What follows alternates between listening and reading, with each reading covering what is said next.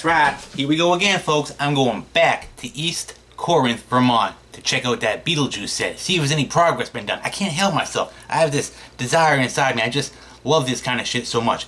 I gotta go check it out again. Just like I did with the Jumanji set back in 1995. I just gotta be like one of those gawkers in the background watching this shit go down. Come on, let's go check it out again. Let's see the progress, if any. It's worth the 2.5 hour drive. It's a once in a lifetime opportunity. Let's go check it out.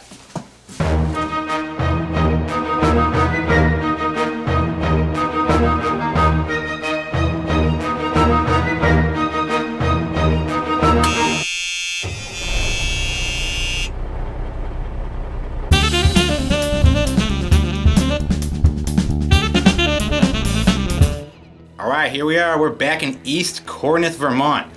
Normally I hate driving, but here I go again, driving 2.5 hours just to maybe see some actual filming going on. Is that crazy? I'm just fascinated by things like this. I just want to watch a movie being made and not get in the way. To me, this is worth the drive since it's a sequel to Beetlejuice, a movie I remember from my youth when it was new, and it was unique and enjoyable then. So seeing this, like this, is awesome. So to see the town where they filmed it set up to look like it did in the movie is cool.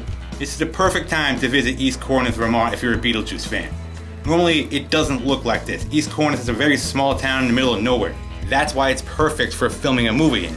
And here I am again, a week later in East Corinth, Vermont, and the 2.5 drive was worth it indeed. The sets are finished and there's a crew and a bunch of extras everywhere, so there's gonna be filming today. Everything is set up to look like it's Halloween, even though it's actually July right now. There's a guy throwing around dead leaves to make it look like it's October. And I think that's why the Dietz's house is wearing a black veil. It's just a very elaborate dressing for Halloween. Nice touch though. I like how they rebuilt the fake house set. They could have just used CGI or something. Interesting though, they're just gonna tear all this shit down when they're done and restore it to its average, normal dumpiness. No offense, East Corinth, I think you're an awesome town still. It just looks really cool when they have it set up like this. The only thing that's real here that was in the movie is a girls' school, and they even have that set up again. They put the sign back out front too. But yeah, that house, to rebuild it, fascinating. They can build an awesome fake house for a movie in a world where people are still homeless, without a home at all. I still wish I could go right up to it and touch it. It's awesome. Okay, they're about to shoot a scene, here we go. Pretty sure that was Tim Burton in that black vehicle. That girl on the bike is actress Jenna Ortega. I haven't seen any of her work, but I hear she's good as Wednesday Addams in that Netflix show. Man, she's just a child, so her career is just up and coming. But Tim Burton, that's cool. Maybe I can get a better shot of him from this grassy knoll over here, since they're setting up for another take. This is cool and all, but will Beetlejuice 2 actually be good? It's been 35 years after all.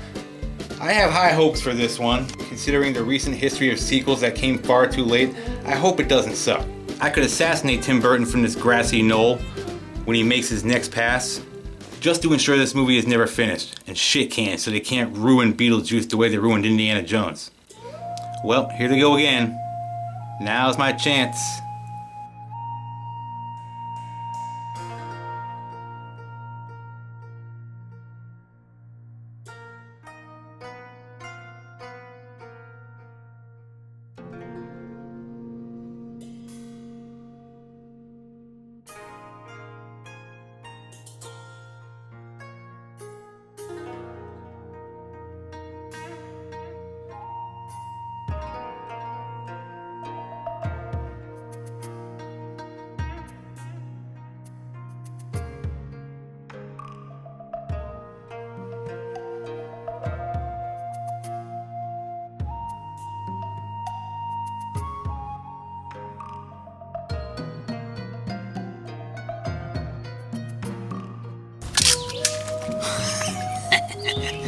Get that bastard.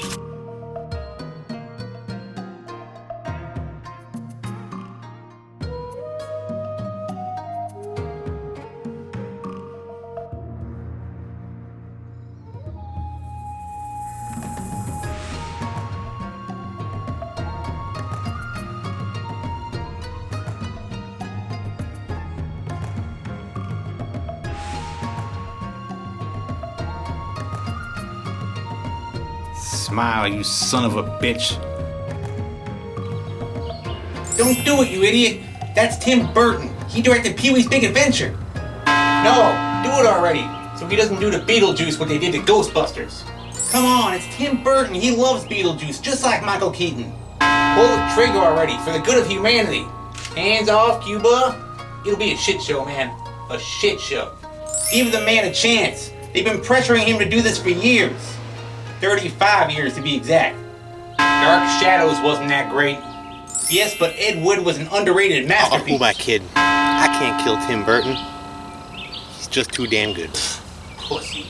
I'm out. I don't want to go down in history as the guy that killed Tim Burton. You did the right thing, boss. I'm out of here. I'll give him a chance. Should probably get the hell out of here. A lot of people around. Someone probably saw me with this gun.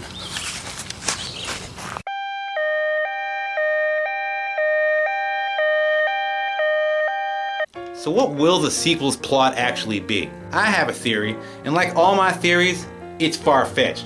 But once or twice in my life, I've actually been right. Now, they're going with the title. The fake title is Blue Hawaii. That's obviously a reference to Blue Harvest. It's like a fake title. Beetlejuice 2. That kind of sounds just cheap-ass. Beetlejuice 2. You know what I would call it? Beetlejuice Lives. And why? Well, I'm going to explain why. You see, they're claiming that Jenna Ortega is playing Lydia Dietz's daughter, but I don't actually think that makes a lot of sense to me.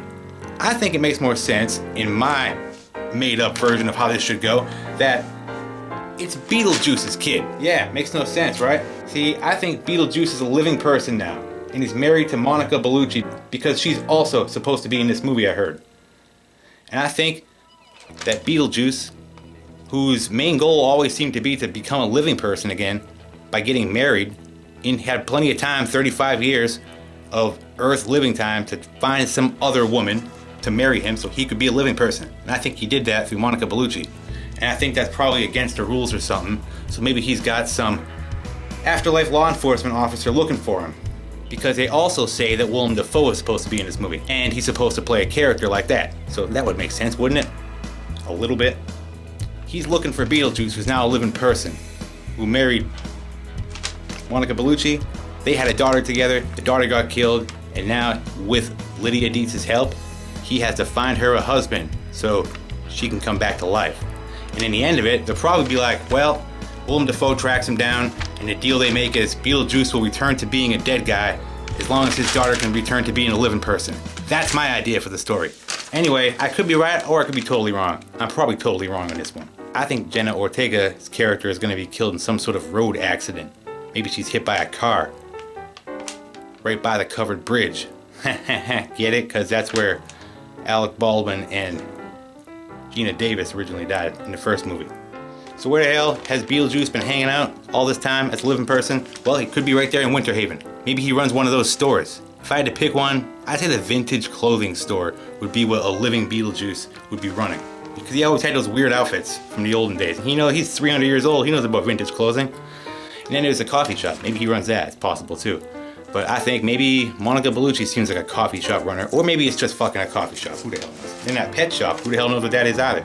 Maybe the dog from the first movie has something to do with all this. Maybe the dog was actually somebody else, who the hell knows? So many possibilities when you do a movie this weird. You kind of do what you want as long as you stay in the realm of your own stupid rules. Which I hope they do. And then in the end, Beetlejuice, who's now dead, can just go back to living in that model that's in the attic, because why wouldn't they just put that model back in the attic? It was cool. The end. Beetlejuice 2, I just ruined it for you. Or not. I'm probably fucking full of shit. That's just my theory. We welcome yours. This has been a Farmer Spaghetti editorial. Good night, everybody. From East Corinth Vermont.